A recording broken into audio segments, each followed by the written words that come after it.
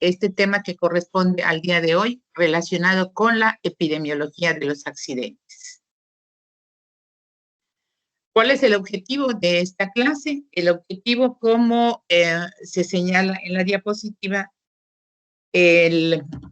están señalados en esta imagen. Vamos a revisar cuáles son los aspectos epidemiológicos de los accidentes, cómo se clasifican los accidentes, cuál es la problemática actual, cuáles son las medidas de prevención y factores de riesgo, desde el punto de vista del sistema de atención, cómo se rige el sistema de atención inmediata en las urgencias médicas, y algunas cifras que son importantes conocer para entender la epidemiología relacionadas con estadísticas de morbi y mortalidad.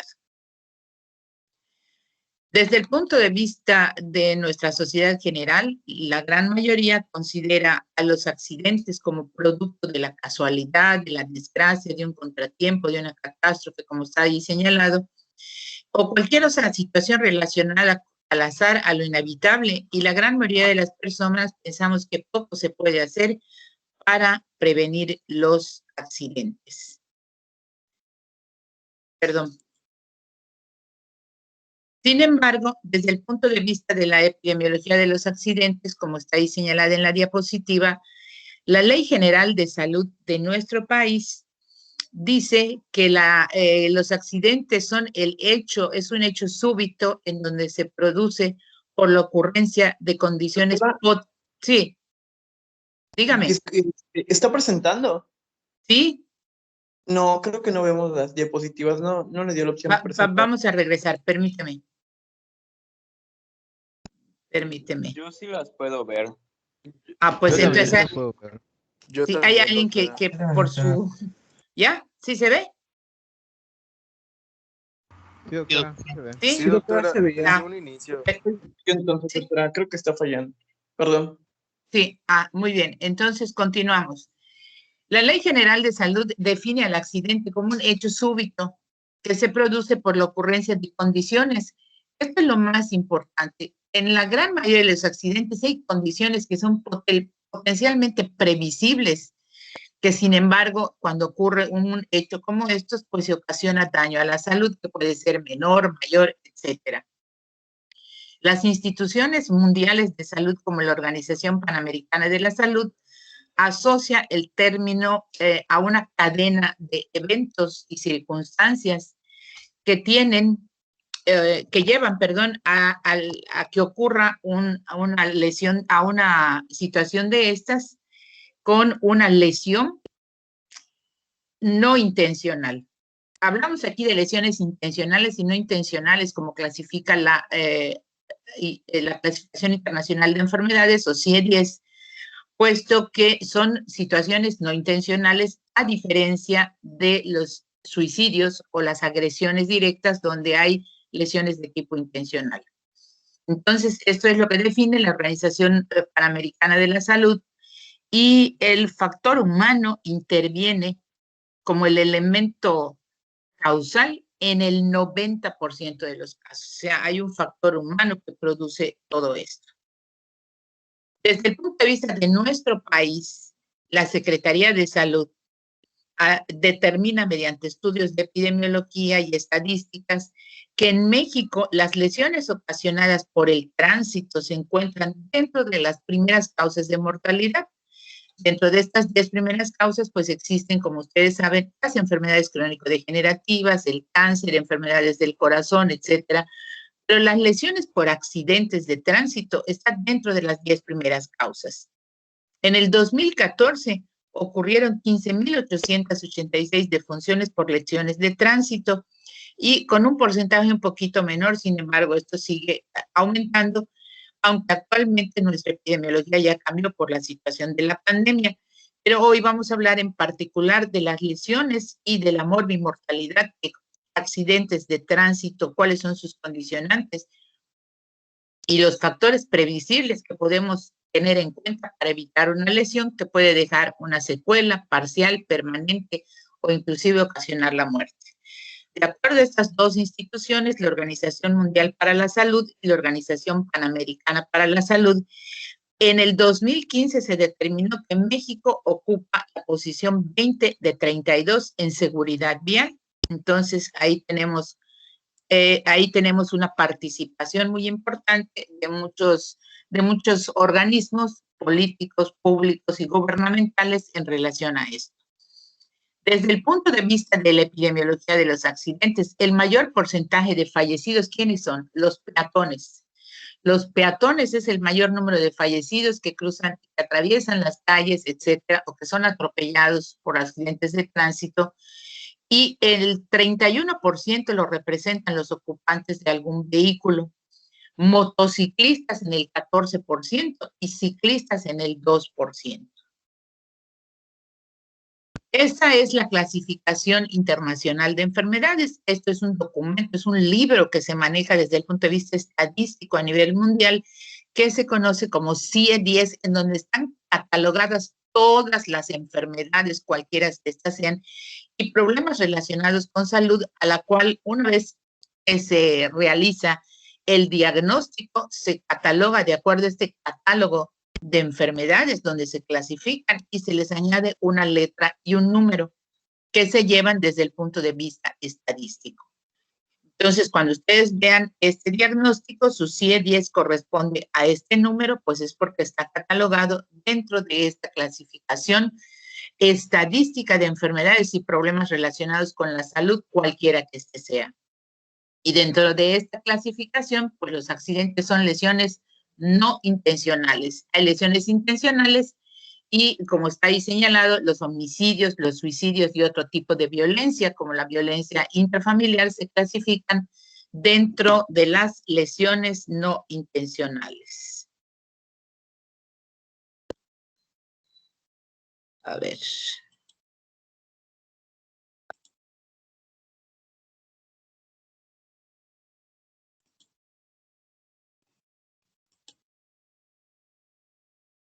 Permítame un segundo.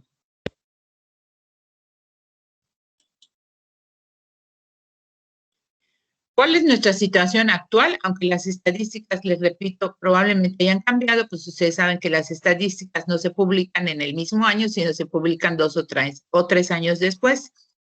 La Organización Mundial para la Salud estima que aproximadamente 3.5 millones de personas mueren anualmente a nivel mundial por traumas y envenenamientos, ya sean accidentales o intencionales. Y en la mayoría de los países a nivel mundial, este problema se encuentra dentro de sus 5 principales causas de muerte. En Latinoamérica, todos los países, independientemente de su nivel de desarrollo, presentan esta situación. La mitad de las muertes son producto de traumatismos y envenenamientos, y aquí lo importante a señalarles es la edad, en una edad totalmente productiva de los jóvenes entre los 20 y los 30 años, y muchas de estas personas desafortunadamente quedan con una discapacidad permanente. En términos de costos, los traumatismos significan o implican un alto costo, generando un gasto que puede implicar hasta cerca del $500 millón al año, en lo que significa atención médica y pérdida de productividad. En los países industrializados, 1 de cada 10 camas está ocupada por una víctima de traumatismo o envenenamiento. Pero no solamente hay un costo económico, sino que también a nivel familiar, en el entorno familiar, los pacientes que sufren algún trauma que le va a ocasionar alguna discapacidad o pérdida de la función de alguna extremidad, pues también se ven alterados en la conformación de su entorno familiar, puesto que personas con alguna secuela de discapacidad requieren desarrollar una capacidad adaptativa para hacer frente a esta nueva situación. En México se encuentra muy arraigada la idea de que los accidentes son hechos fortuitos. Sin embargo, no son hechos fortuitos, lo consideran como un fenómeno aleatorio, pero mucho tiene que ver el destino del individuo y poco las medidas de autocuidado. La parte que a nosotros nos corresponde, los formadores de profesionales en el área de la salud y los profesionales de la salud, tenemos la certeza de que más del 90% de los accidentes que ocurren en nuestro país son evitables, previsibles y evitables. Y la posibilidad que tienen ustedes como estudiantes es la de promover la cultura de la prevención, para hacer factible que esto pueda influir dentro de la sociedad de manera definitiva, para evitar y para lograr el desarrollo de hábitos de prevención de riesgos. En todos los grupos de población, cualquiera que ésta sea, la principal causa de fallecimiento son los atropellamientos entre los 20 y los 39 años. ¿Cuáles son los factores asociados dentro de la epidemiología de los accidentes? El alcohol. El consumo de alcohol está presente en todas las lesiones causadas lesiones causadas por accidentes de tránsito. En el año 2014, el 9.3 de todos los accidentes dieron aliento alcohólico positivo en los conductores.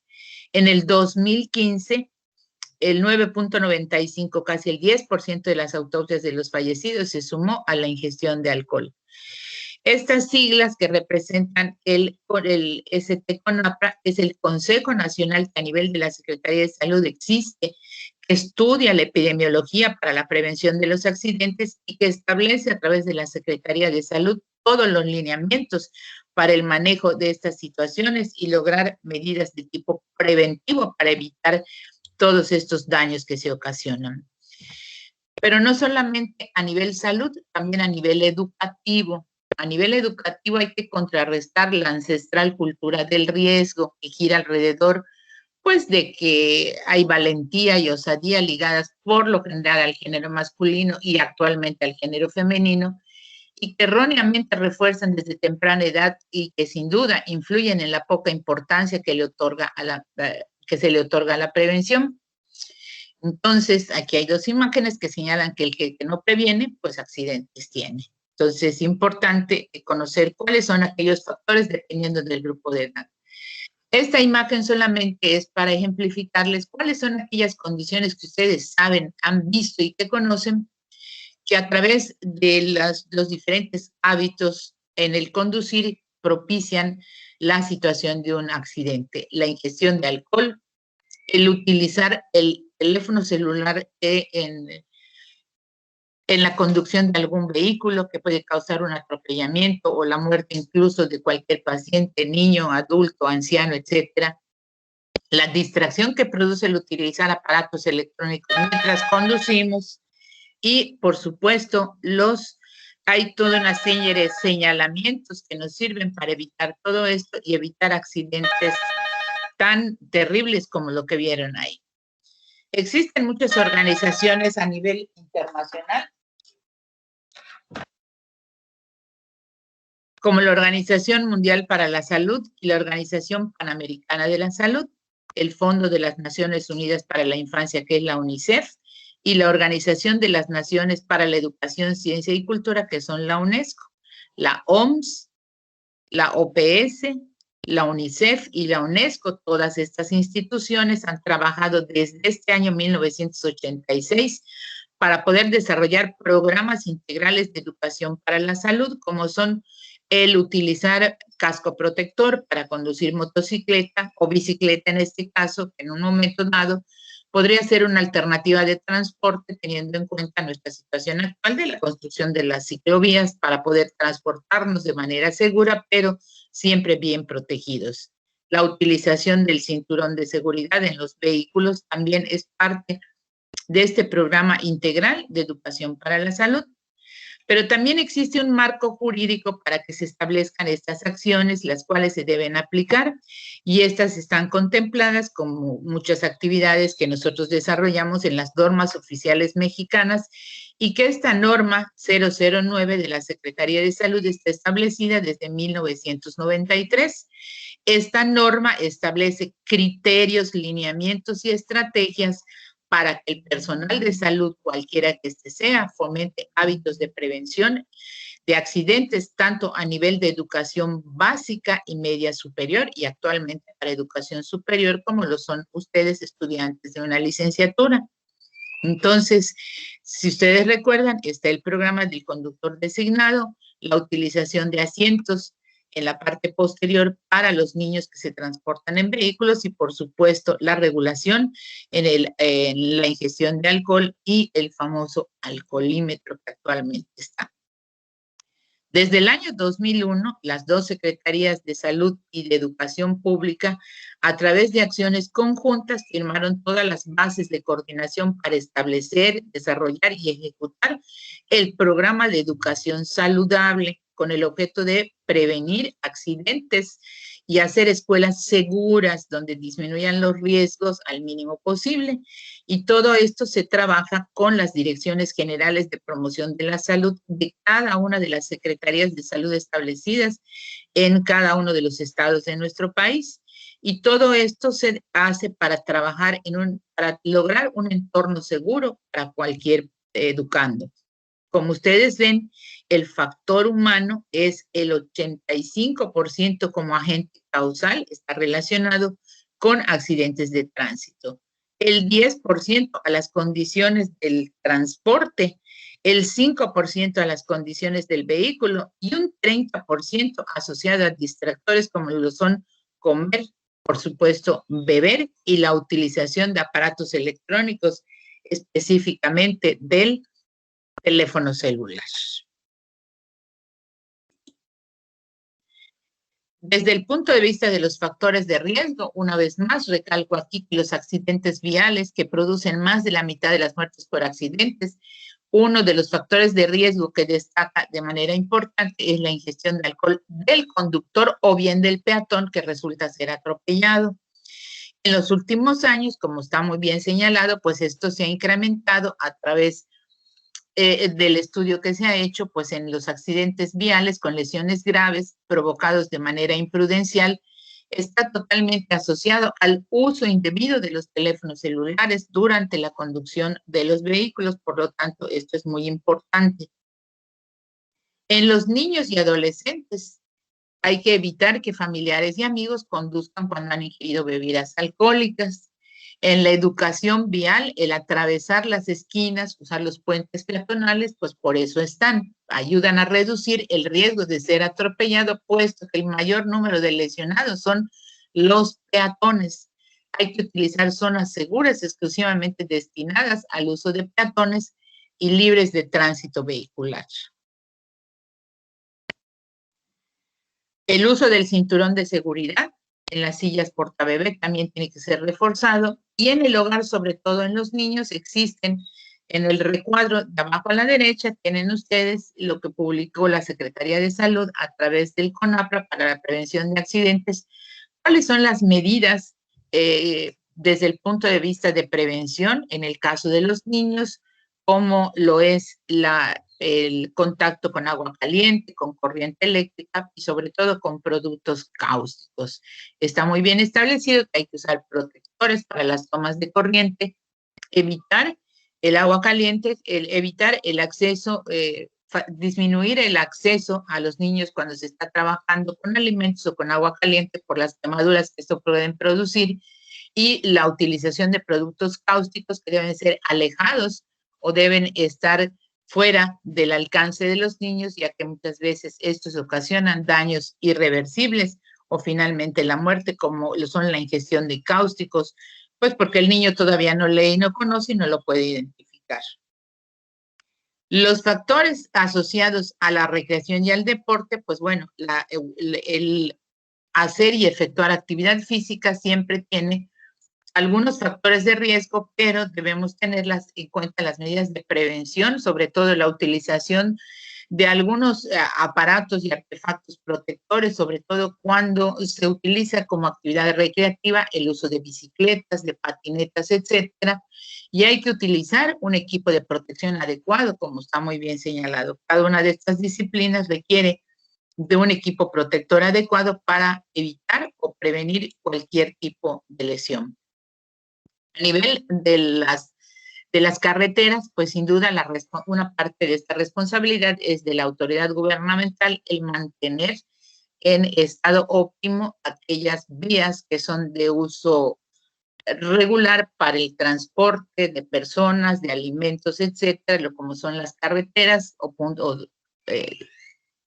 vías de acceso de un estado a otro, Y en las carreteras federales, a lo que se ha denominado puntos negros, son aquellos lugares en donde medidas sencillas y no muy costosas evitarían reducir un número importante de accidentes con señalamientos específicos en las curvas, en algunas carreteras inclinadas, etcétera, en aquellos lugares en donde la carretera o la autopista pues tiene algún factor de riesgo. Y esto es importante.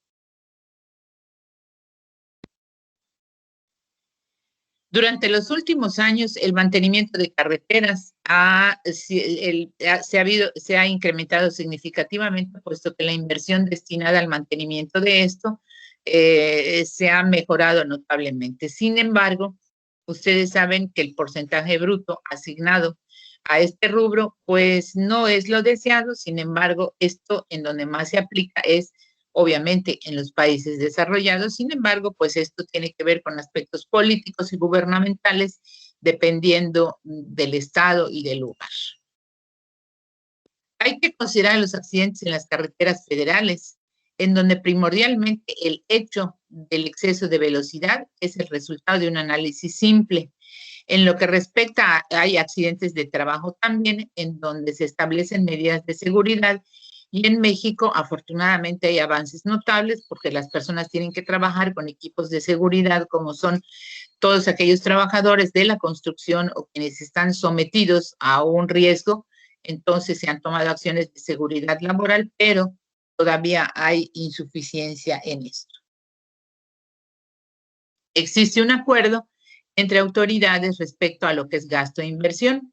Sin embargo, pues aunque la prevención es sumamente costosa, prevenir accidentes es una inversión recuperable a corto plazo y es necesario enfatizar el ahorro que significa para cualquier estado invertir en materia de prevención.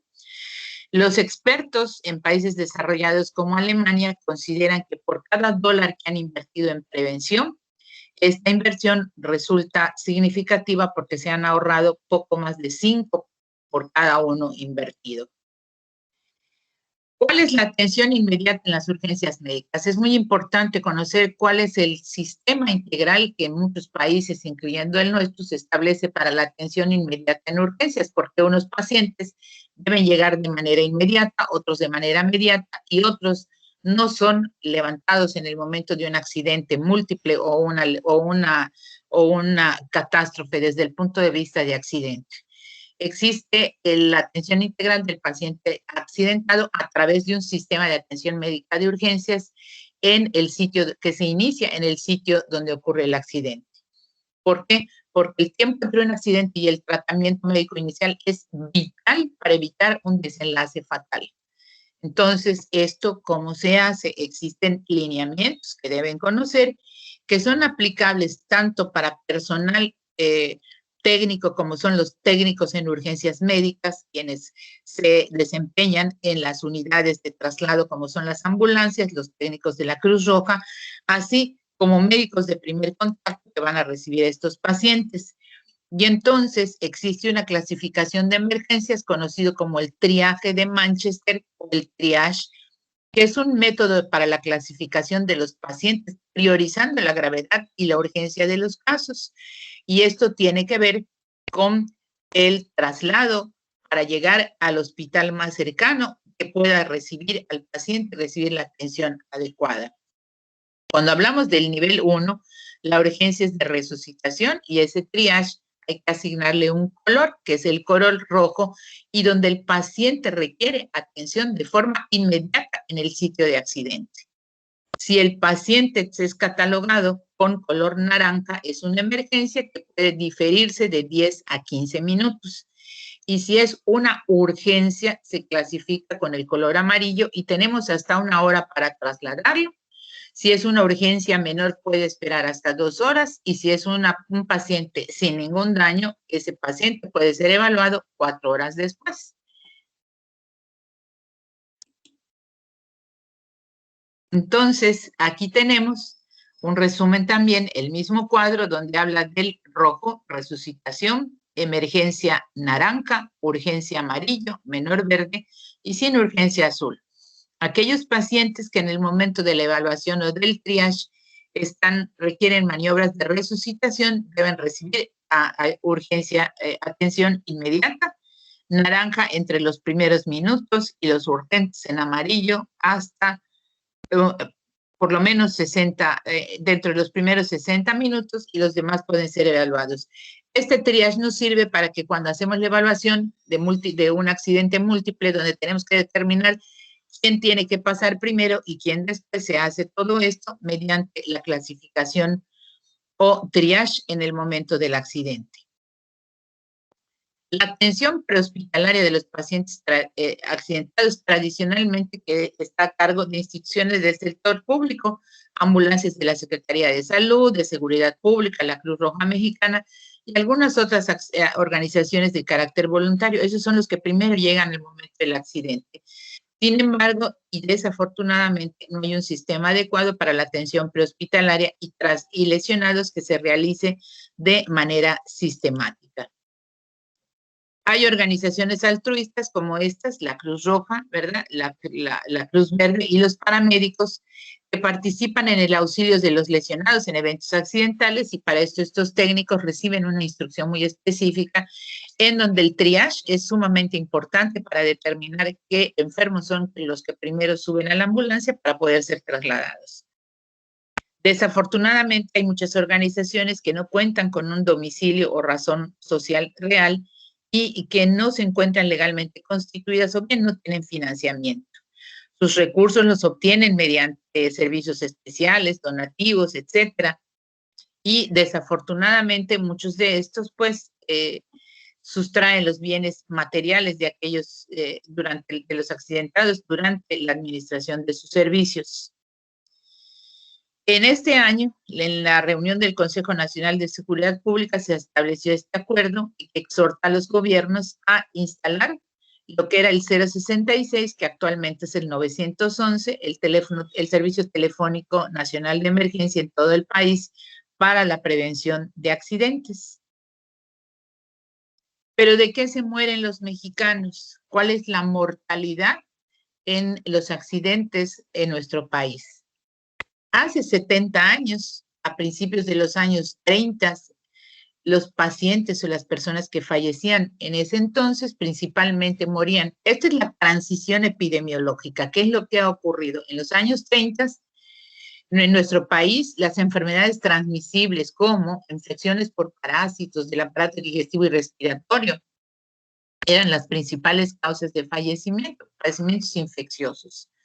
Afortunadamente, estos padecimientos se controlaron y en algunos casos se erradicaron, incrementando, esta es la medicina curativa, incrementan el número de hospitales, avances médicos, campañas de vacunación y educación para prevenir enfermedades. Entonces, las enfermedades infecciosas se curaron, se erradicaron, se previnieron y se inmunizaron. Pasamos a los años 60 y hasta el 2000. Entonces, el número de muertes por enfermedades transmisibles disminuyó. Sin embargo, por el otro lado, aumentaron enfermedades como el cáncer, los accidentes y aquellas causas derivadas de violencia. Para el año 2005, las principales causas de muerte se documentaron como las enfermedades cardiovasculares, los tumores malignos o cáncer, y entonces aparece la diabetes mellitus como una de las primeras causas. Al 2012, las enfermedades del corazón, la diabetes y los tumores siguen siendo las principales causas de muerte. Sin embargo, en el 15, con relación a los accidentes, identificamos en el adolescente como un grupo vulnerable en México relacionado con la epidemiología de los accidentes, en donde 15 de cada 100 adolescentes sufren accidentes o violencia. Lamentablemente, adolescentes que tienen la necesidad de trabajar, un 30% sufren accidentes de trabajo y 20 de cada 10 pueden presentar secuelas discapacitantes, con un 17%, el 17% con posibilidad de manejo y rehabilitación. Y 3 de cada 100 pueden quedar con problemas neurológicos, epilepsia, parálisis, etcétera, y lo cual significa una tasa de discapacidad de los adolescentes como grupo vulnerable que sufren accidente o violencia de casi un 6%. Las lesiones por accidentes de tránsito. Esta es la estadística más reciente en el informe 2018 del CONAPRA, en donde ustedes si visualizan este video que está señalado ahí abajo, que ustedes lo identifican dentro de la página de la Secretaría de Salud. En el 2017, las lesiones por accidentes de tránsito fueron la 7ª causa de muerte en México. Se estableció un porcentaje del 12.8 muertes por 100,000 habitantes.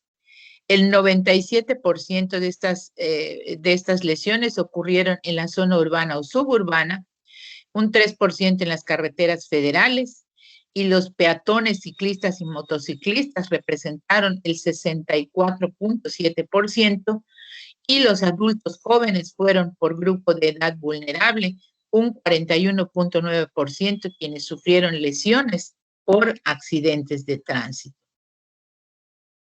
Esto, pues obviamente, relacionado con accidentes de tránsito puede haber permanecido igual o tal vez dentro de 1 año, 2 años que lo vuelvan a publicar, haya variado porque desafortunadamente la mortalidad, nuestro perfil epidemiológico de mortalidad con esta situación mundial de la pandemia por coronavirus, pues obviamente va a estar modificado.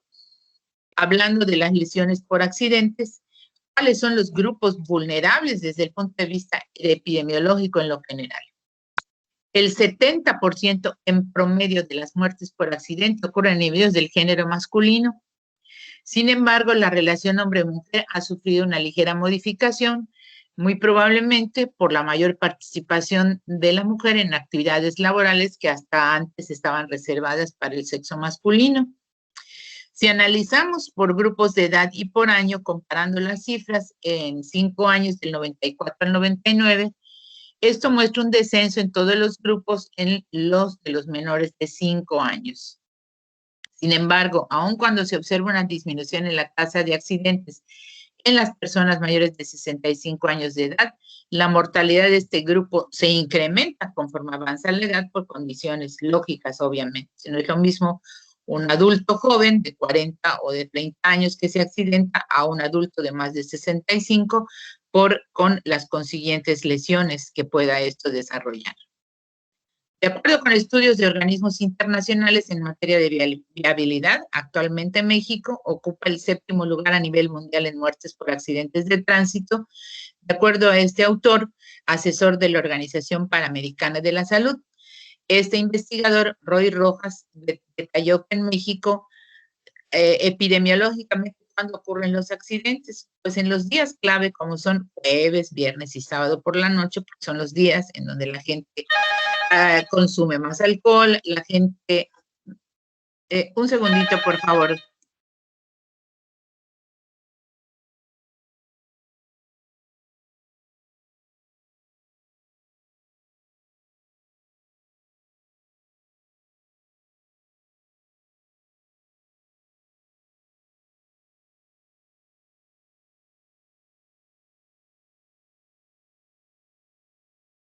Perdón.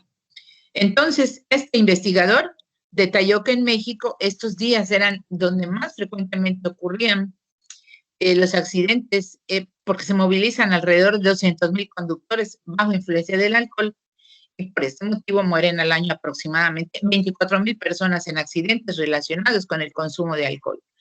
Entonces, como ven, pues esto sigue siendo vigente al día de hoy, ¿verdad? No hay gran diferencia. En México mueren aproximadamente 24,000 personas, como les había mencionado, y ocupa el 7º lugar en el mundo de muertes por accidente. Mueren 55 personas cada día y se hace un llamado a la familia mexicana de que el programa Conduce sin Alcohol debe verse como una buena noticia, para verse como un esfuerzo más de la ciudad para modificar esto. El programa Conduce sin Alcohol a nivel de la Ciudad de México es una medida oficial y está aplicada prácticamente en otros países. En este contexto se detalló que los programas preventivos como el Conduce sin Alcohol, ¿en qué beneficia en la prevención de accidentes?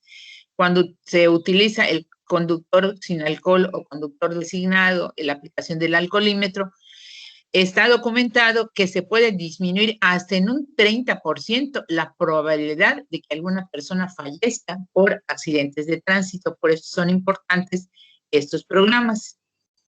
¿Quién lo establece a nivel gubernamental? Este Secretariado Técnico del Consejo Nacional para la Prevención de Accidentes, dependiente de la Secretaría de Salud, ¿sí? Quien se encarga de proponer e implementar las políticas públicas dirigidas a prevenir y controlar las lesiones accidentales. Estas intervenciones que realiza este Secretariado Técnico para dar respuesta a este problema tiene un enfoque el cual permitió identificar acciones estratégicas. ¿Qué hacen? ¿Qué hacen? Es importante que ustedes lo conozcan, no para que lo memoricen, pero sí para que lo conozcan.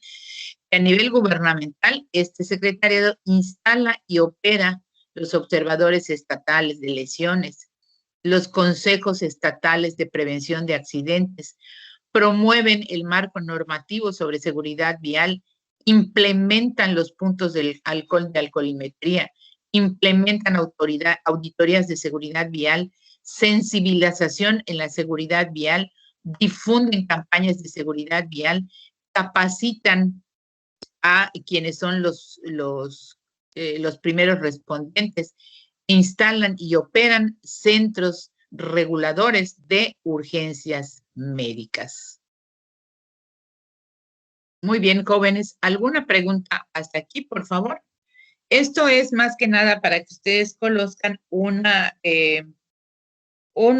panorama muy general de lo que establece la Secretaría de Salud, etcétera, en relación a la epidemiología de los accidentes, que son totalmente previsibles y controlables desde el punto de vista. ¿Y por qué hay que prevenir? Porque desafortunadamente el costo de atención, al margen de contar con toda la infraestructura hospitalaria, esto altera la dinámica familiar. El paciente lesionado puede tardar muchos meses en recuperarse dependiendo de la gravedad de sus lesiones y de cuántas lesiones lleve, y por supuesto el alto costo que eso significa para la economía de un país al atender muchos accidentados. Entonces mejor invertir en prevenir que en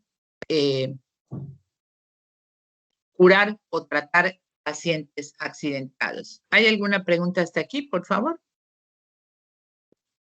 Disculpe, doctora. Adelante.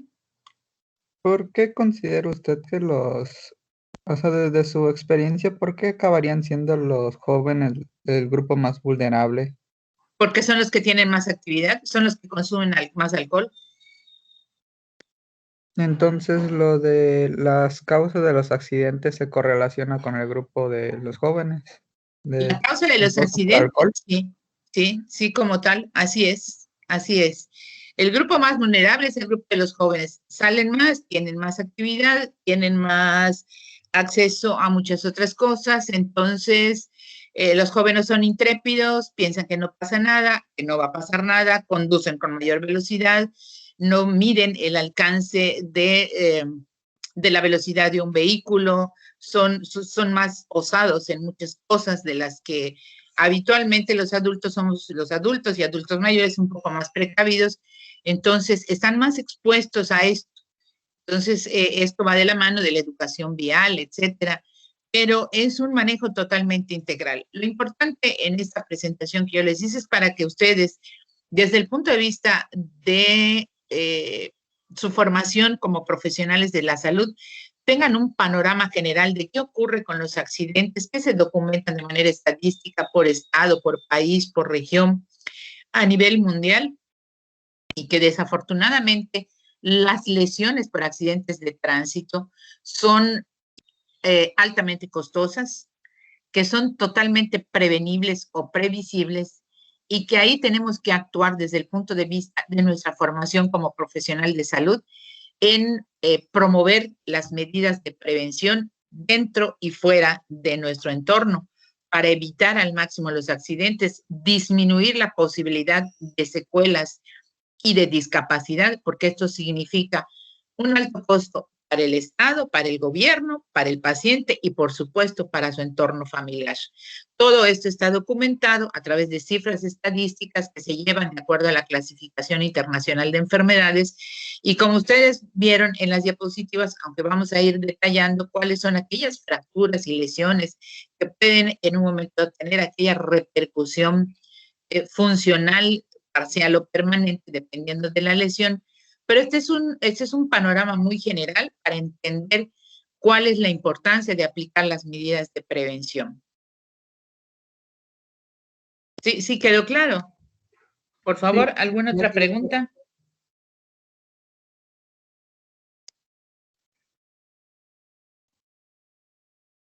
Sí, las estadísticas pues obviamente varían, ¿verdad? Pero esto es la estadística que tiene la Secretaría de Salud a nivel nacional con los pacientes. El reporte de este CONAPA que les presenté es el último del 2018. No hay otro más actualizado. Este está en la página de la Secretaría de Salud y donde ahí es un informe y donde detallan muy bien cuántos los adultos y obviamente las cifras que da el INEGI cuando hacen su encuesta de evaluación de acuerdo a los números, así como nos dicen cuántos viven, cuántos trabajan, cuántos estudian, etcétera. Bueno, pues también se llevan las estadísticas de cuántos pacientes egresan de los diferentes hospitales por lesiones y accidentes de tránsito con los diagnósticos respectivos, dónde ocurrió, cómo ocurrió, y todo esto está muy bien documentado en los departamentos de estadísticas. Así es como se manejan los estudios de revisión o retrospectivos para la elaboración de un trabajo, de una tesis. Bueno, esto es totalmente estadística y epidemiología, que no sé si ya lo vieron o lo van a ver durante el curso de tercer año, en donde ahí, a través de esta herramienta que tenemos, esta asignatura de la epidemiología, bueno, podemos conocer la mortalidad, analizar qué quiere investigar. ¿Cuántos pacientes en el último año, entre los 20 y los 30 años, egresaron? No ingresaron, egresaron, porque egresaron es que ya tienen un diagnóstico, un tratamiento y ya salió. Egresaron por lesión de accidente de tránsito. ¿Cuál fue su lesión? Pues en el mes de enero tantos y así. Y al final tengo el número y yo ya tengo un dato estadístico. ¿Cuántos pacientes fallecieron por lesiones de tránsito? ¿Cuántos pacientes quedaron con discapacidad? Y todo esto se presta a los diferentes estudios para poder tener las cifras epidemiológicas que nos marquen la pauta para poder adoptar mayores medidas de prevención o ver si la medida de prevención establecida está funcionando o hay algo que no está funcionando para poder modificar. Ese es el aspecto desde el punto de vista estadístico y epidemiológico, que son herramientas muy importantes que tenemos en la medicina y en la ciencia para poder determinar el curso de la atención de salud en una ciudad, en un estado o en un país. Los yucatecos tenemos un tipo de enfermedades, un tipo de lesiones que no las hay en otros lugares de nuestro propio país. Por ejemplo, nosotros tenemos muchos accidentes de tránsito. ¿Por qué? Porque la mayoría en bicicleta y en motocicleta, porque hay un buen número de personas que se transportan dentro y fuera de la ciudad en las áreas suburbanas y en los municipios del estado que se transportan en triciclo, en bicicleta y en motocicleta a través de carreteras y esto los hace más vulnerables. En otros estados del país, pues están las carreteras, las autopistas, los caminos a través de montañas, etcétera, que nosotros no tenemos y es otro tipo de accidentes. Las lesiones intencionales por proyectil de arma de fuego, aquí pues no son tantas como en otros estados como en el norte, donde todo es a través de lesiones por proyectil de arma de fuego. Y hay otros estados en donde en lugar de proyectiles por arma de fuego, las lesiones son a través de objetos punzocortantes. Por ejemplo, hasta hace algunos años, Tabasco era un sitio catalogado como de alta peligrosidad porque la gente utilizaba cuchillos y machetes para defenderse o para agredir, lo cual aquí prácticamente no lo hay, ¿no? O sea, aquí hay navaja, cuchillo, pero en otros estados el tipo de lesión es diferente. Entonces, por eso cada estado tiene su propia epidemiología, pero hay una general del país con relación a los accidentes de tránsito, que es lo que les acabo de mencionar. ¿Alguna otra pregunta, por favor? ¿No? ¿No hay otra pregunta? No, doctora. Muy bien. Ahora sí, ya vamos a entrar de lleno. Aquí sí ya se tienen que aprender muy bien estas definiciones. Y relacionado con las lesiones de tránsito, esta segunda parte de la clase del día de hoy corresponde a lo que ustedes, como estudiantes, como internos, como residentes, tienen que hacer para evaluar y manejar y diferenciar que es un paciente politraumatizado, policontundido o polifracturado. Que las condiciones clínicas son totalmente diferentes. Desafortunadamente, cuando no tenemos en cuenta esto, bueno, no podemos catalogar a un paciente politraumatizado, como van a ver, porque entonces cambiamos la estadística y la epidemiología de un lesionado. O sea, tiene múltiples contusiones, está politraumatizado, pero el paciente está consciente, está vivo y no tiene ninguna lesión que pone en peligro su vida. Ese no es un politraumatizado. Entonces vamos a ver las condiciones y las definiciones de cada una de estas condiciones, el manejo de cada uno de ellos y cuáles son las prioridades que debemos establecer. Muy bien. ¿Qué es un paciente politraumatizado? Es un paciente traumatizado. El paciente ha sufrido un traumatismo violento donde hay un compromiso de más de un sistema o aparato orgánico y tiene riesgo de vida. ¿Sí? A diferencia del policontundido y del polifracturado. ¿Qué es un paciente politraumatizado? Esta definición es muy importante que la conozcan y la aprendan, porque un paciente politraumatizado es aquella persona que sufre un traumatismo múltiple donde se afectan varias regiones anatómicas u órganos, pero aquí sí existe el riesgo de perder la vida.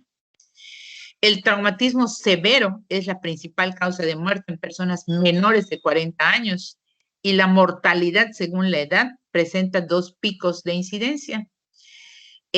Alrededor de los 20 años, accidentes de tráfico y armas de fuego. Alrededor de los 80 años, atropellamientos y caídas como osteoporosis responsable de caídas y consecuentemente estos son politraumas, pero de baja energía. Entonces, el politraumatizado es aquel paciente con lesiones múltiples donde está afectado varias regiones anatómicas u órganos, pero tiene riesgo de vida. A diferencia, que es el polifracturado, igual que el anterior, sufrió traumatismos múltiples, tiene múltiples lesiones, pero su pronóstico no plantea riesgo vital. ¿Esto qué quiere decir? Que su pronóstico no plantea que por tener muchas fracturas tenga posibilidades de perder la vida. Y el policontundido es aquel que tiene varias lesiones que, aunque ocurrieron de manera simultánea, evolucionan independientemente unas y otras, pero no hay riesgo de vida del paciente. ¿De acuerdo? Entonces, esas 3 definiciones son muy importantes conocerlas y aprenderlas para poder tener el manejo. Si hablamos del paciente politraumatizado, bueno, pues es muy importante, ustedes tienen que revisar en su libro de medicina interna o en el traumatología el diagrama de respuesta metabólica al trauma, ¿sí? Después de que se produce un trauma y daño en el paciente, desde el punto de vista fisiológico y bioquímico, hay un periodo de tiempo en el cual se producen todos estos cambios, en donde el organismo empieza a luchar por recuperar su homeostasis después de un politrauma. Y a esto se le conoce como respuesta metabólica al trauma. En algunas personas esto es imposible por la magnitud de la lesión, pero en otros pacientes estos mecanismos son lo suficientes para proporcionarnos un poco más de tiempo que nos permita oportunidad de supervivencia. Por lo tanto, se debe determinar principalmente qué tipo de politrauma se trata según la gravedad. Esto es, hay que realizar el triage del que mencionamos anteriormente. El triage en un paciente politraumatizado, el rojo ya vimos que significa extrema urgencia, donde el paciente puede presentar hipoxia o un choque que requiere atención inmediata, maniobras de resucitación. En amarillo, aquellos pacientes con lesiones graves que no amenazan la vida, cuya atención puede esperar de 45 a 60 minutos. En verde, aquellos pacientes con lesiones moderadas, pero que pueden esperar horas para su atención y son capaces de caminar. Y en negro están señalados aquellos pacientes que ya los encontramos en el momento del accidente por politrauma fallecidos o que tienen muy pocas posibilidades de recuperarse y por lo tanto ya no tienen la misma prioridad que aquel que está en extrema urgencia. Los lineamientos para el manejo del politrauma se establecen en el ATLS, lo van a escuchar ustedes muchas veces. El ATLS, ¿sí? Es el compendio a través del Colegio Americano de Cirujanos, ACS, por sus siglas en inglés, que se fundó para mejorar la atención de los pacientes quirúrgicos y ha sido un líder en la creación del mantenimiento de la práctica quirúrgica en Norteamérica. Y de acuerdo con esto, se estableció un comité de trauma a través del Colegio Americano de Cirujanos para establecer, es una guía para la atención de pacientes politraumatizados. El ATLS se realiza como un curso establecido en este documento, donde hay un enfoque conciso para la evaluación y manejo de pacientes con lesiones múltiples. Este curso de ATLS, quienes lo toman, tenemos la obligación de tenerlo. Una vez que nos graduamos, tanto personal desde el punto de vista médico como no médico, como son cualquier personal de salud lo puede tomar. Hay enfermeras, enfermeros, médicos internistas, médicos cirujanos, médicos traumatólogos, que tenemos que realizar este curso ATLS cuando nuestra actividad está concentrada en áreas de urgencia, en particular en la atención de pacientes politraumatizados, porque a través de este ATLS se establecen todos los lineamientos que debemos seguir para atender a pacientes con lesiones múltiples. Este curso se ofrece al personal de salud todos los conocimientos y técnicas completos y adaptables a las necesidades, y las habilidades que se describen en este manual es una forma segura de realizar cada técnica en un paciente traumatizado. Entonces, es el ATLS. Se llama Apoyo Vital Avanzado en Trauma, eso quiere decir ATLS, del inglés Advanced Trauma Life Support. Es un programa de entrenamiento, porque es un curso y un programa de entrenamiento, tanto para médicos como para personal de enfermería, que fue creado en este año por este médico, el doctor James Steiner, y desarrollado por el Colegio Americano de Cirujanos. Esto es como coloquialmente llamamos la Biblia en el manejo del politrauma. Esto, quien quiera dedicarse al manejo del politrauma, tiene que, de preferencia, hacer este curso de apoyo vital avanzado en trauma. Esto se ofrece a nivel de las instituciones, básicamente lo ofrece el Seguro Social. Y este programa ha sido adoptado alrededor del mundo en más de 30 países y el objetivo es enseñar un método de abordaje estandarizado para pacientes traumatizados, cuya primera edición apareció en 1980.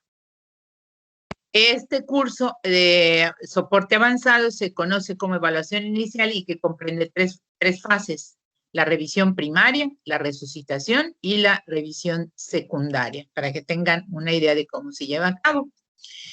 La revisión primaria en donde se lleva a cabo en donde los pacientes, al ser evaluados, se establecen las prioridades del tratamiento y se establecen de acuerdo a las características de las lesiones sufridas, sus signos vitales y el mecanismo de lesión. Tenemos un ABCDE que se ejemplifica con las diferentes imágenes que ustedes ven, donde A significa vía aérea, donde por esto es que tenemos que proteger la columna cervical. Una vez asegurada la vía aérea, tenemos que asegurarnos con la letra B de que el paciente esté respirando y con ventilación. La C, tenemos que determinar el sangrado y la circulación, que son el ABC del ATLS, y secundariamente la letra D cuando existe déficit neurológico, y E, exposición y medio ambiente. Esto es el ABCDE de la revisión primaria en el ATLS. En la evaluación primaria, la A es la vía aérea con control de la columna cervical. La B es establecer todas las medidas de ventilación y respiración a través de movimientos respiratorios y saturación. Esto nos tenemos que asegurar de que el paciente tenga una vía aérea con un control de la columna cervical, que esté ventilando y respirando, independientemente de lo que hagamos. Si no lo está, hay que intubarlo. Y la C es establecer la circulación controlando las hemorragias. La letra D significa daño neurológico y la E, exposición del paciente al medio ambiente, y por lo tanto hay que prevenir la hipotermia. Por esto es que hay colchones térmicos y hay que cubrir al paciente una vez que ya se establecieron las tres primeras para llevar el control de daño. ¿Cómo evaluamos en la vía aérea? Esta es la primera prioridad, la A. para poder pasar a la etapa B, tenemos que tener una vía aérea permeable y segura. Si el paciente habla, es muy seguramente que la vía aérea está permeable. Tenemos que controlar la columna cervical, se asume que hay lesión cervical y todas las maniobras tienden a asegurar la vía aérea con protección de la columna cervical. ¿De acuerdo? Y en caso necesario, bueno, si la vía aérea no está permeable, tenemos que establecer una intubación endotraqueal asegurando la columna cervical para que el paciente asegure esta primera prioridad, que es establecer una vía aérea segura. Para poder pasar a ventilación, pues estaba dirigida a excluir 3 lesiones importantes. Si el paciente tiene neumotórax, atención, neumotórax abierto o tiene un tórax inestable. ¿Cuáles son las condiciones que pueden incluir esto? Cuando un paciente tiene un traumatismo torácico, tóraco-abdominal, puede desarrollar estas 3 lesiones. Por ejemplo, en el neumotórax atención, hay presencia de hipotensión o asimetría del tórax. Aquí se colocan las bránulas que se colocan, o sea, lo que es a través de drenajes del espacio intercostal en la línea medioclavicular, se colocan lo que se conocen como tubos pleurales en la línea media para disminuir el neumotórax atención.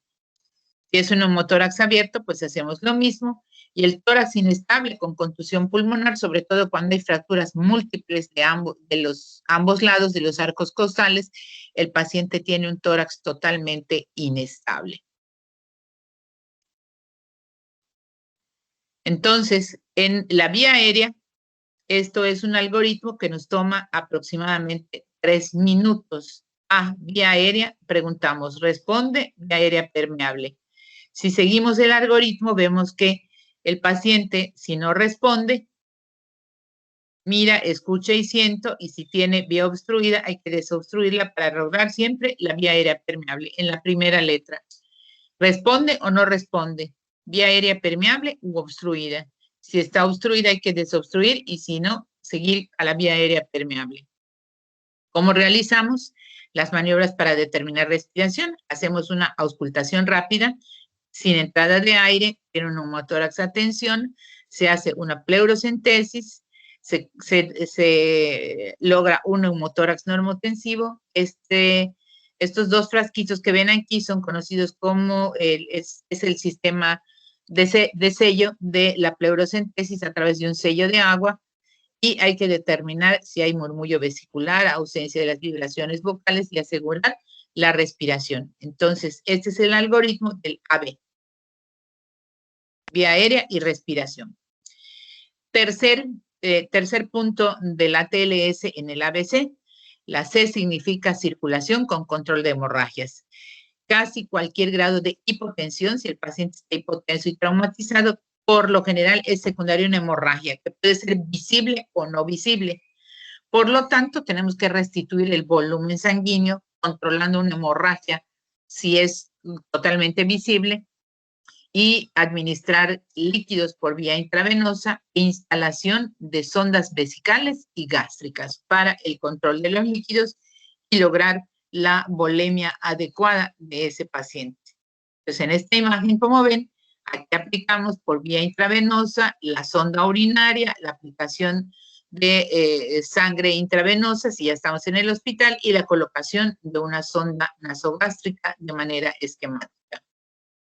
Con la letra D establecemos si existe o no daño neurológico. ¿Cuál es el objetivo de analizar el aspecto de la letra D correspondiente a esta evaluación primaria? Establecer el estado de la conciencia del paciente y así asegurar el tamaño, simetría y respuesta. Todos los reflejos pupilares forman parte del examen neurológico inicial, donde establecemos tamaño, simetría y respuesta a la luz de las pupilas. Si existe una asimetría mayor de 1 milímetro entre el diámetro de la pupila, obviamente esto es anormal. Y entonces, una vez realizado este examen, realizamos la escala de Glasgow para establecer daño neurológico, que mide 15 puntos. La escala de coma de Glasgow, por sus siglas en inglés, es una herramienta utilizada para evaluar y calcular el nivel de conciencia del paciente. Es una prueba muy rápida.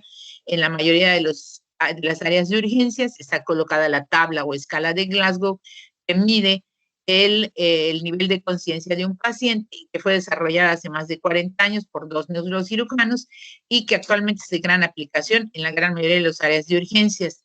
Utiliza un puntaje basado en un sistema de triple criterio. Cuando el paciente puede realizar una mejor apertura del ojo 4, respuesta verbal 5, respuesta motora 6. Los puntajes se suman para proporcionar un puntaje entre 3 y 5. Ahorita la vamos a ver. Esta escala de comas de Glasgow califica el mejor nivel de respuesta para cada componente. Entonces, si el paciente puede realizar apertura del ojo de manera espontánea, su máximo son 4 puntos. Si el paciente responde de manera adecuada, son 5 puntos. Y si tiene buena respuesta motora, tiene 6 puntos. Por lo tanto, va de 3 a 5. Si nos acercamos a 15, el paciente está bien, mientras la escala de coma de Glasgow va disminuyendo, el paciente, su nivel de conciencia está mucho más comprometido. Y aquí tenemos la escala de coma de Glasgow descrita con los 3 parámetros: apertura ocular, respuesta verbal y respuesta motriz. Si el paciente tiene una apertura ocular de manera espontánea, pues le asignamos un valor de 4. Si lo hace mediante solamente la indicación de la voz, le colocamos 3, y si la respuesta es por dolor, le colocamos 2, y si no hay respuesta, es 1. Si nos vamos a la respuesta verbal, en la escala de Goma de Glasgow, cuando nosotros le pedimos al paciente cuál es su nombre, en dónde está, sabe lo que le pasó, el paciente está orientado y ahí le ponemos 5 de calificación. El paciente tiene una respuesta verbal confusa, 4. Tiene una respuesta verbal inapropiada, 3. No emite solo sonidos, 2. Y si no produce ninguna respuesta, es 1. Y con relación a la respuesta motriz, pues le pedimos que realice algún tipo de movimiento motriz, en donde si el paciente obedece, lo calificamos con 6. Si localiza, dígame dónde está su brazo, dónde está su mano, es 5. Si retira la extremidad en el momento del examen, es 4. Si está en actitud de flexión, 3. Y en actitud casi de rigidez por muerte cerebral, 2. Y si no hay respuesta, 1. Y en este recuadro del lado izquierdo, con algunas de las lesiones más frecuentes, que son los traumatismos cráneoencefálicos, decimos que si un paciente ha sufrido un trauma craneal, donde sospechamos el traumatismo cráneoencefálico y está entre 13 y 15, pues tiene una lesión leve. Si su escala de coma de Glasgow está en 2, esto es una lesión cefálica moderada, ¿sí? En 2. Y si está en 0, es una lesión cefálica grave. Entonces, la escala de coma de Glasgow nos sirve, es una herramienta para calificar y evaluar el estado de conciencia de un paciente politraumatizado, básicamente trauma cráneoencefálico o cualquier otro trauma, pero trauma cráneoencefálico, donde ante la indicación de 3 aspectos que son la apertura ocular, respuesta verbal y respuesta motriz, calificamos con un valor máximo de 15 y un valor mínimo de 3. Como ven, en la primera el valor mínimo es 1, en la respuesta verbal es 1 y en respuesta motriz es 1. Entonces puede variar de 3 a 15 y a menor puntaje, mayor afectación en el nivel de conciencia del paciente. Aquí un resumen de lo que acabamos de ver, en donde están otra vez los 3 parámetros para que puedan identificar mejor apertura ocular, respuesta verbal y respuesta motora. Y las calificaciones máximas de 15 y la mínima de 3. Entonces, todo esto es para evaluar el nivel de conciencia. Es muy importante que la empiecen a aprender para que puedan identificar y catalogar a un paciente desde el punto de vista del nivel de conciencia de Glasgow. El último punto del ABCDE, de la evaluación inicial del paciente politraumatizado, es exposición e hipotermia. Para poder examinar a un paciente que ha sufrido politrauma, debemos revisarlo totalmente desvestido. Hay que cortar la ropa en caso necesario para facilitar la evaluación completa, pero también debemos cubrirlo con mantas secas y tibias o inclusive examinarlo en un colchón térmico y administrar soluciones a 39 grados por la hipotermia que normalmente tiene un paciente politraumatizado por el accidente, por las lesiones, pero sobre todo en los pacientes quemados. Los pacientes quemados llegan con hipotermia. Entonces, hay que evitar la hipotermia, como está aquí muy bien señalado, ¿sí? Hay que exponer, pero al mismo tiempo tenemos que cubrir para evitar la hipotermia. Y, por supuesto, algo muy importante dentro de la ética, pues el respeto al paciente, al no descubrirlo totalmente. Hay que descubrirlo para examinarlo, pero al mismo tiempo cubrirlo para evitar que caiga en hipotermia, respetando la integridad del paciente y respetando con mucha ética la retirada de todo lo que es su ropa, su vestimenta, etc. En los eventos fatales de los pacientes politraumatizados se pueden distribuir, ¿qué es un evento fatal? El fallecimiento. Hay 3 tiempos o picos claramente definidos y a esto se le denomina la distribución trimodal. ¿Por qué se muere un paciente accidentado si llegó o se atendió? Bueno, el primer pico de la distribución trimodal de un paciente politraumatizado que fallece el primer pico es inmediato. En esta etapa en la que fallecen el 50% de los pacientes que sufrieron el evento, fallecen en forma instantánea luego de sucedido el evento o inmediatamente después. ¿A qué se debe? Lesiones muy, muy severas y que eran poco probables que hubieran respondido a algún tratamiento de rescate.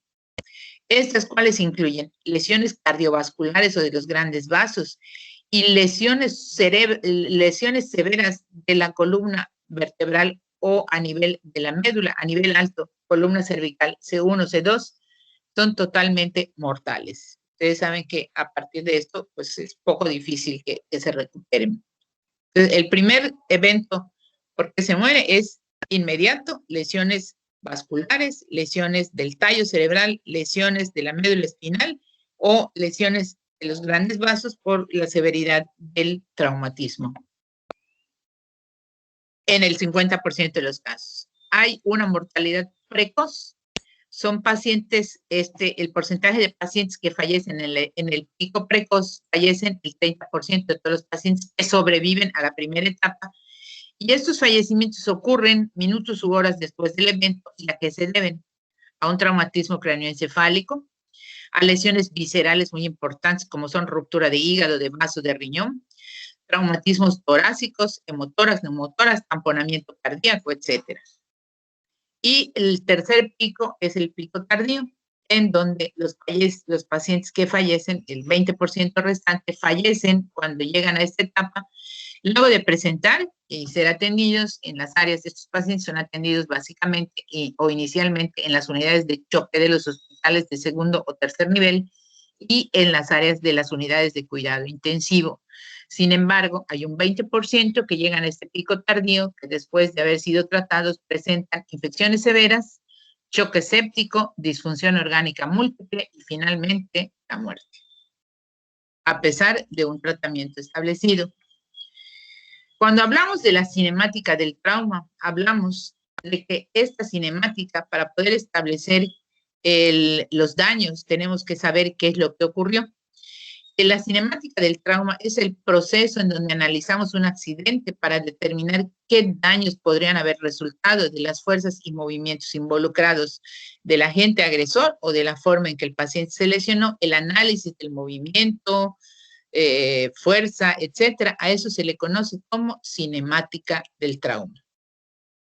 La cinemática del trauma, de acuerdo al Colegio Americano de Cirujanos, a través del ATLS, estudia el origen de las fuerzas que producen deformaciones mecánicas y cómo responde nuestro organismo ante una lesión anatómica o un cambio funcional, produciéndose una gran cantidad de transferencia de energía al individuo. Y la cinemática nos ayuda a entender el mecanismo de lesión del trauma en el órgano expuesto, por lo tanto, cuáles son las lesiones más frecuentes según el caso. Yo les mencionaba en alguna parte de las clases anteriores en donde cómo podemos determinar si yo sé que el paciente tuvo una caída violenta con un mecanismo de torsión en donde el pie, por ejemplo, hace un punto de apoyo y la extremidad inferior gira alrededor y se me presenta con una deformidad en la pierna, lo más seguro es que, de acuerdo a esta cinemática del trauma, yo me vaya a encontrar con una fractura oblicua de la tibia. por la cinemática del trauma.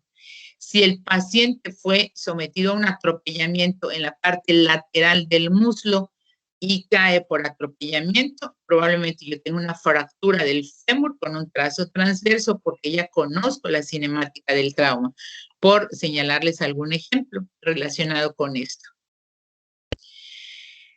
¿Qué vamos a hacer con un paciente politraumatizado? Ya lo identifiqué, sus lesiones, etcétera.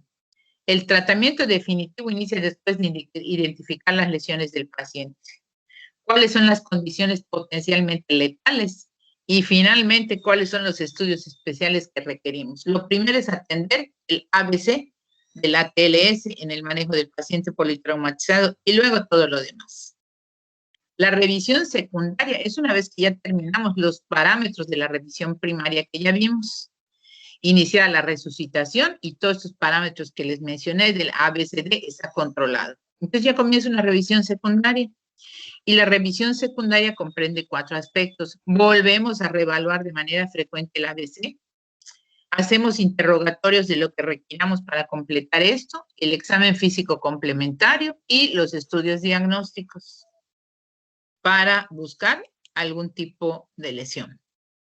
El proceso de evaluación inicial de este ATLS está fundamentado en los hallazgos clínicos y no existe ningún estudio paraclínico que reemplace la clínica que nosotros realizamos en el momento de recibir al paciente mediante un buen juicio clínico para poder atender y tratar a un paciente politraumatizado. Por eso era muy importante que ustedes supieran estos lineamientos. Más importante definir qué es un paciente politraumatizado, qué es un paciente polifracturado y que es un paciente policontundido.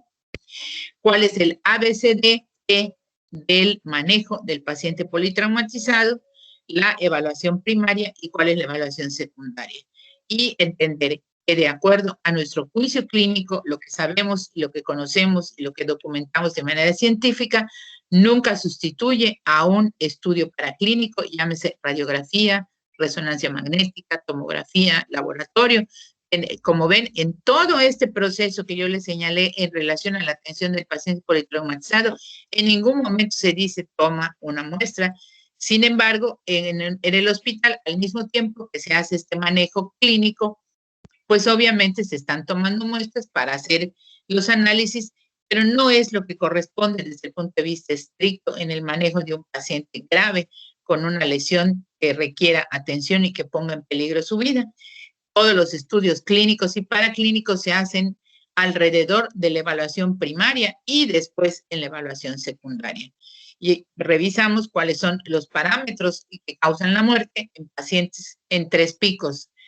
Hay pacientes que hagamos lo que hagamos, lamentablemente por la magnitud y severidad de su lesión, caen en ese pico inmediato en donde la mayoría de los pacientes o el 50% de los pacientes con lesiones severas fallecen, el pico inmediato en un 30% y aquellos que ya están en tratamiento, que desafortunadamente sufren procesos infecciosos a pesar de los cuidados y falla orgánica múltiple que lamentablemente termina en un fallecimiento que puede ocurrir después de días o semanas de ingresado y aún en tratamiento con la lesión. Muy bien, hasta aquí por mi parte y nada más me gustaría saber si hay alguna pregunta al respecto con relación a esto, porque esta parte sí se la tienen que aprender muy bien, por favor.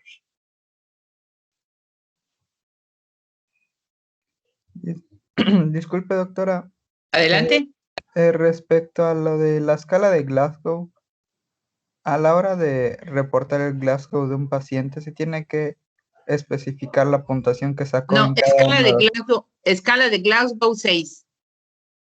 Todos deben de saberse de memoria. Si no la sé, me voy al gráfico que está pegado en el área de urgencias. Digo, escala de Glasgow 6. ¿Quién lo evaluó? Lo evaluó un técnico, lo evaluaron en la clínica que me lo están enviando. Paciente, te lo pongo así muy sencillo como ejemplo clínico. Yo estoy en mi clínica en el servicio social, me traen un paciente accidentado, producto de un atropellamiento, con traumatismo craneoencefálico y me lo llevan y yo tengo que hacer una nota de referencia hacia un centro donde reciba la atención inicial porque donde yo estoy no hay manera de atenderlo y el paciente tiene que ser enviado de manera urgente. Establezco que está politraumatizado Y dentro de mi evaluación primaria tengo que clasificar de acuerdo a la escala de Glasgow, que es mundialmente conocida por cualquier médico o paramédico, establecer en qué número cae. Si yo establezco que está en número 6, así lo refiero. El paciente inicialmente fue evaluado con una escala de coma de Glasgow número 6. Ya está en 6, pero cuando llegó conmigo al área de urgencias ya está en 4. Entonces sí tienes que documentarlo. Ahora es diferente cuando yo lo evalúo dentro de un área de urgencias de un hospital de segundo o tercer nivel, que es traído de manera inicial conmigo, no es referido. Tengo que establecer el mismo sistema de Glasgow para evaluar el nivel de conciencia y utilizar esa escala para evaluar y decir, el paciente responde, el paciente se mueve, el paciente está consciente. Entonces, de acuerdo a la escala de coma de Glasgow, el paciente cae en 13 o cae en 12 o cae en 6 o cae en 7, pero se pone Glasgow 7, Glasgow 6, Glasgow 5. Obviamente un Glasgow 3 es de gravedad extrema. ¿Quedó claro? Sí, sí hay que ponerlo. Sí, eso es parte de la anotación clínica que nosotros llevamos y lo tenemos que anotar. Sí.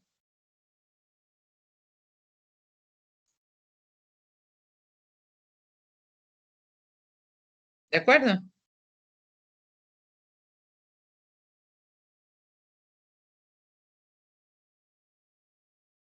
¿Alguna otra pregunta más? De acuerdo, Sí, doctora, doctora. gracias.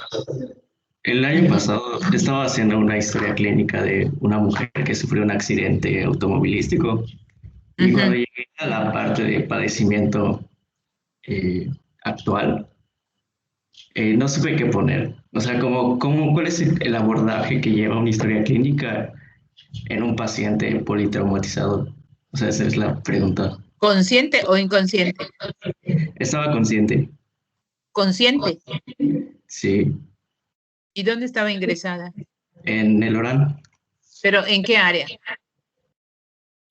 Creo que era cirugía, pero no, o sea, como parte creo que con trauma, creo que pues era de trauma, porque sí tenía fractura de tabique nasal y tenía la cara edematosa. ¿Y su diagnóstico era politraumatizado? Pues no me dieron el diagnóstico en sí, pero pues, o sea, sí me había dicho el residente que tuvo un accidente automovilístico. Pues entonces, ajá, yo puse eso como, Politrauma. ajá. Bueno, no. ¿Puedes apagar tu micrófono porque oigo eco? Por favor. Sí. Sí. Si yo tengo cuando las situaciones clínicas varían dependiendo del área donde yo le efectúe. Por lo general, los pacientes politraumatizados están confinados o atendidos o politraumatizados graves, no un paciente politraumatizado. Porque un paciente politraumatizado está grave porque tiene alguna lesión que pone en riesgo su vida. Por lo general llegan a las áreas de urgencias. Las áreas de urgencias, como el Hospital Orán, dentro del área de urgencias tiene una unidad de choque donde se hace esta evaluación primaria, el ABC del ATLS. Los de urgencias tienen este curso, las enfermeras lo tienen y todos los que trabajen allá, desde el punto de vista de profesional ya graduado, lo ideal es que tengan el ATLS para saber qué hacer cuando llegan este tipo de pacientes. Entonces, una vez que se resuelve el problema primario y el paciente modifica su escala de coma de Glasgow, o es un paciente que ya mejoró, entonces ya pasa o puede salir de la unidad de cuidados intensivos porque sus condiciones ya lo permiten, pasa al área de hospitalización. Entonces ya no es un paciente politraumatizado, ya es un paciente que tiene una fractura de fémur por resolver, un trauma craneofacial con lesiones de la cara que hay que esperar, y entonces ya cambia su diagnóstico. Llegó a urgencias y a cuidados intensivos como politraumatizado. ¿Sí entiendes la diferencia? Jonathan. Sí, sí lo entendí. Entonces, ahora, yo ya me piden hacer la historia clínica de un paciente que pasó por la unidad de cuidados intensivos porque tuvo un politrauma severo que puso en compromiso en un momento de su vida, pero que ya salió y que está ingresada en el área de traumatología para recibir la atención específica de una o más fracturas. Entonces, en ese momento, y la historia clínica, mi diagnóstico, ¿cuál va a ser? Sí hay que incluir politraumatizado, obviamente hay que incluir el trauma craneofacial y finalmente la fractura de fémur, de tobillo o de fémur, o por lo que estuviera ingresada en el área de traumatología. Y en mi padecimiento actual lo voy a referir paciente que sufre accidente de tránsito hace tantos días, que ocasionó esto y esto, condicionado por esto, motivo por el cual fue traída al área de urgencias con politrauma consistente en esto y esto, ¿no? Entonces, esa es la descripción del padecimiento actual, relatar lo que ella te dice, porque ella está consciente. ¿Qué le pasó? Tuve un accidente de tránsito, me atropellaron en la carretera de Cancún, estaba yo atravesando, no utilicé el paso peatonal. Toda esa relatoría hay que ponerla. Tuvo pérdida de la conciencia, ¿recuerda usted algo? ¿No lo recuerda? Así lo tendrías que describir. Y finalmente decir, bueno, actualmente hospitalizada en el área de traumatología para tratamiento de la fractura de tobillo, de fémur o de lo que sea. Pero esa sería la descripción del padecimiento actual cuando haces la historia clínica, a diferencia de las historias clínicas que se realizan en las unidades de cuidados intensivos. Por eso cuando les hice énfasis en la historia clínica, les dije que cada área tiene, hay un formato general para la historia clínica, pero algunas áreas de la medicina manejan, por ejemplo, en el área de la obstetricia, tiene que ser una historia clínica que se maneja como si fuera una lista de cotejo por el paso muy rápido de pacientes obstétricas, no ginecológicas, obstétricas. La historia gineco-obstétrica abarca otros aspectos que no lo tiene la historia clínica general de la norma oficial. La historia clínica en pediatría es con un interrogatorio indirecto, porque siempre el familiar te va a dar todos los datos. El niño normalmente no te puede dar todos los datos que uno investiga en una historia clínica. Y la historia clínica de medicina interna es un poco más compleja desde el punto de vista descriptivo, porque es sumamente específica y es un poco más detallada, que sin perder los mismos parámetros que la historia clínica en un área de cirugía, por ejemplo. ¿Sí? Entonces, ahí tienen ustedes con el paso del tiempo, en cuanto pase este asunto, que Dios lo permita, podamos recuperar las áreas clínicas para que puedan ustedes ver, van a ir viendo cómo a través de su práctica clínica o cuando lleguen al internado, conforme roten por los diferentes servicios, el formato de historia clínica general es el mismo, pero cada área de la medicina, la cirugía, la medicina interna, la ginecobstetricia y la pediatría, tienen detalles muy particulares en donde se modifica esto para hacer más ágil y más accesible la lectura de su historia clínica con los datos que requiere de acuerdo al servicio. Por esto es que a lo mejor te causa un poco de dificultad establecer el padecimiento actual. ¿Quedó claro, Jonathan? Sí, sí quedó claro, gracias. Muy bien. ¿Alguna otra pregunta hasta acá, jóvenes? Sí, doctora, mencionó de traumatismo de bajo impacto. Tengo entendido que igual hay de alto impacto. ¿Cómo se diferencian o cuál es el criterio para diferenciar este tipo de traumatismos? A ver, claro que lo vamos a ver conforme vayamos el tipo de traumatismo. Si de manera clínica, te voy a poner un ejemplo. Un paciente adulto mayor, 60, 70 años, sufre una caída en el baño y se fractura la cadera. ¿Su trauma es de alto o de bajo impacto? Sería un trauma de bajo impacto por las condiciones en las que está, ¿no? Por el sitio y cómo ocurrió. Uh-huh. Ahora, peatón que atraviesa la calle y es atropellado por un vehículo en movimiento a 80 kilómetros o más por exceso de velocidad del vehículo y él atraviesa y recibe un impacto, es un traumatismo de alto impacto. Entonces, ahí pudieras establecer las dos diferencias. Paciente que se fractura la pelvis por una caída simple de sentón, es un traumatismo de bajo impacto. Con relación a las fracturas de pelvis, que también cuando la veamos van a ver las grandes diferencias. Si es un adulto mayor que sufre un sentón y tiene dolor y no se fracturó la cadera, probablemente se haya fracturado alguna de las ramas de la pelvis por un trauma de bajo impacto, a diferencia del pasajero o conductor de un vehículo que es atrapado entre dos vehículos por un accidente a alta velocidad en la autopista Cancún o es impactado por un tráiler y sufre un trauma en el abdomen y tiene ruptura de la pelvis. Es una fractura de la pelvis por alto impacto. Entonces, son dos diferencias.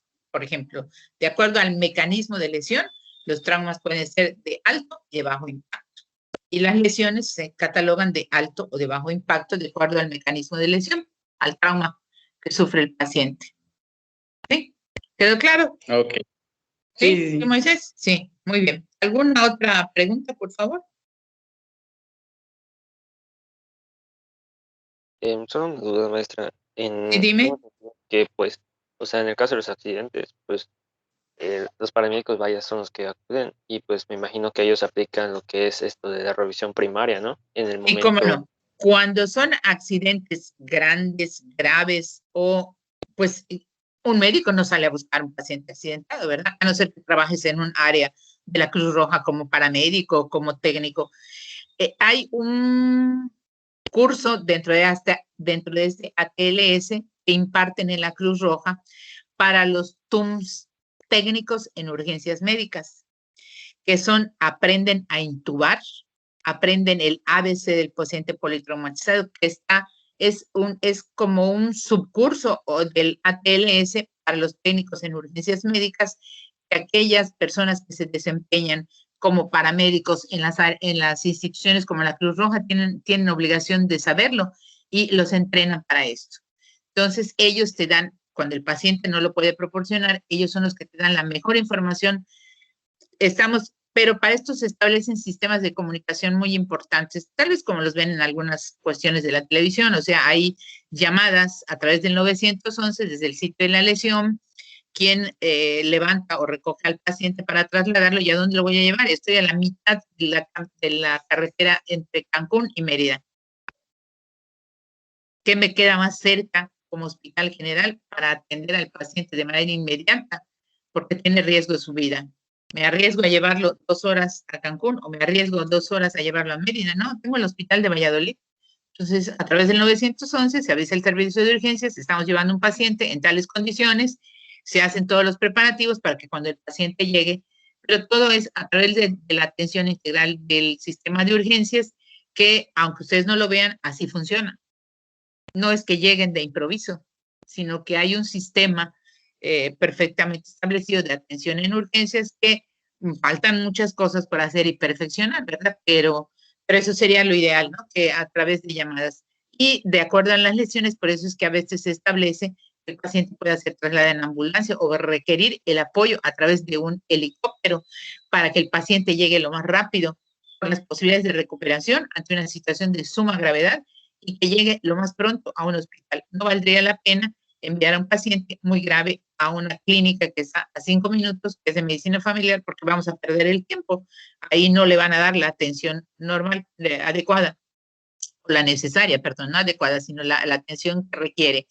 El paciente, ¿cuál es el hospital más cercano? Valladolid, Mérida, Cancún, Campeche, o donde haya ocurrido el examen. Bueno, pues el paciente tiene que ser trasladado derechohabiente o no del IMSS, que tiene la obligación, como les mencioné en las primeras clases, cualquier paciente que requiera atención de urgencias, independientemente de su afiliación a alguna institución de salud, tenemos la obligación de atenderlo hasta que su vida no corra peligro, cualquiera que esta sea su lesión, incluyendo pacientes obstétricas. Una paciente obstétrica que no pudo llegar al Seguro Social y llega al ORAN o al ISSSTE, tiene que ser atendida de manera inmediata, sea o no derechohabiente, porque es una urgencia absoluta para la cual nosotros tenemos la obligación de prestar atención. Pero los pacientes son trasladados a los lugares más cercanos donde puedan recibir la atención necesaria y adecuada para salvaguardar su vida. ¿Alguna otra pregunta más? Disculpe, doctora, ¿de manera local sí se hacen traslados en helicóptero? Sí, cómo no, a solicitud de la gravedad del paciente, sí. Desafortunadamente, creo que solo hay un helicóptero del que se dispone la Secretaría de la Secretaría de, ¿cómo se llama esto? De la policía, que también tiene ambulancias para traslado. Sí, el helicóptero de la Secretaría de Protección y Vialidad. de la SPB. Sí hay. Y generalmente buscan un estadio, un campo de fútbol, un campo deportivo para aterrizar y en ambulancia se traslada y el paciente se traslada a donde sea lo más cercano para su atención. Sí funciona. El 066 cambió al 911, que es el número de urgencias a nivel mundial, a través del cual solicitan ayuda o apoyo. ¿Alguna otra pregunta? ¿No? ¿Ninguna?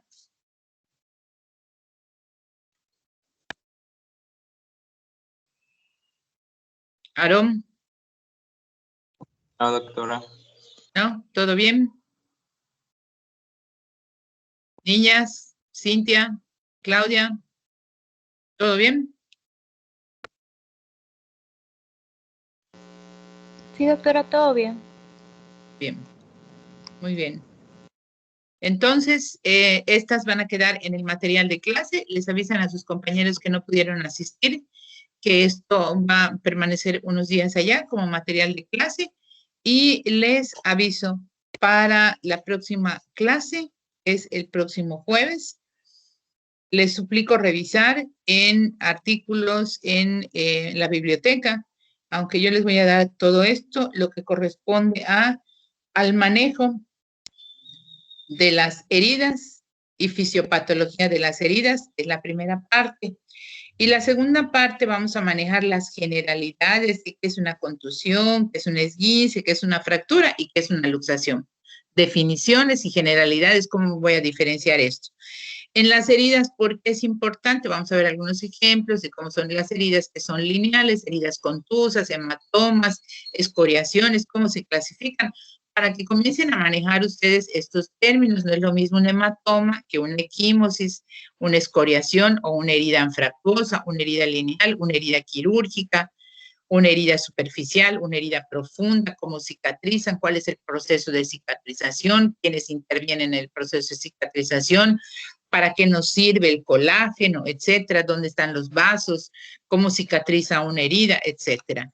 Entonces, la primera parte, vamos a ver la fisiopatología y manejo de las heridas, algunas cosas de suturas, como ejemplo nada más, porque ustedes en cuarto año deben llevar un taller de suturas, y las generalidades para diferenciar qué es una contusión, qué es un esguince, qué es una fractura, qué es una luxación y la combinación de estos, ¿no? Entonces, eso sería en la próxima clase que vamos a ver el próximo jueves. Yo espero que todos se agreguen. Como siempre les digo, tenemos 10, máximo 15 minutos de tolerancia para que todos se agreguen. Y les agradezco mucho su participación. Les suplico me manden los nombres de aquellas personas que por razones que ya conocemos no pudieron asistir para que yo pueda justificar su inasistencia, puesto que de todos ustedes solamente tengo 46 jóvenes de los 3 grupos en total. Aunque esta lista se registra, pero sí necesito los nombres de quienes por alguna razón no pudieron asistir, ya sea por la cuestión de las marchas de protesta que se agregaron a esto o bien por alguna otra razón, por favor, a través de los representantes.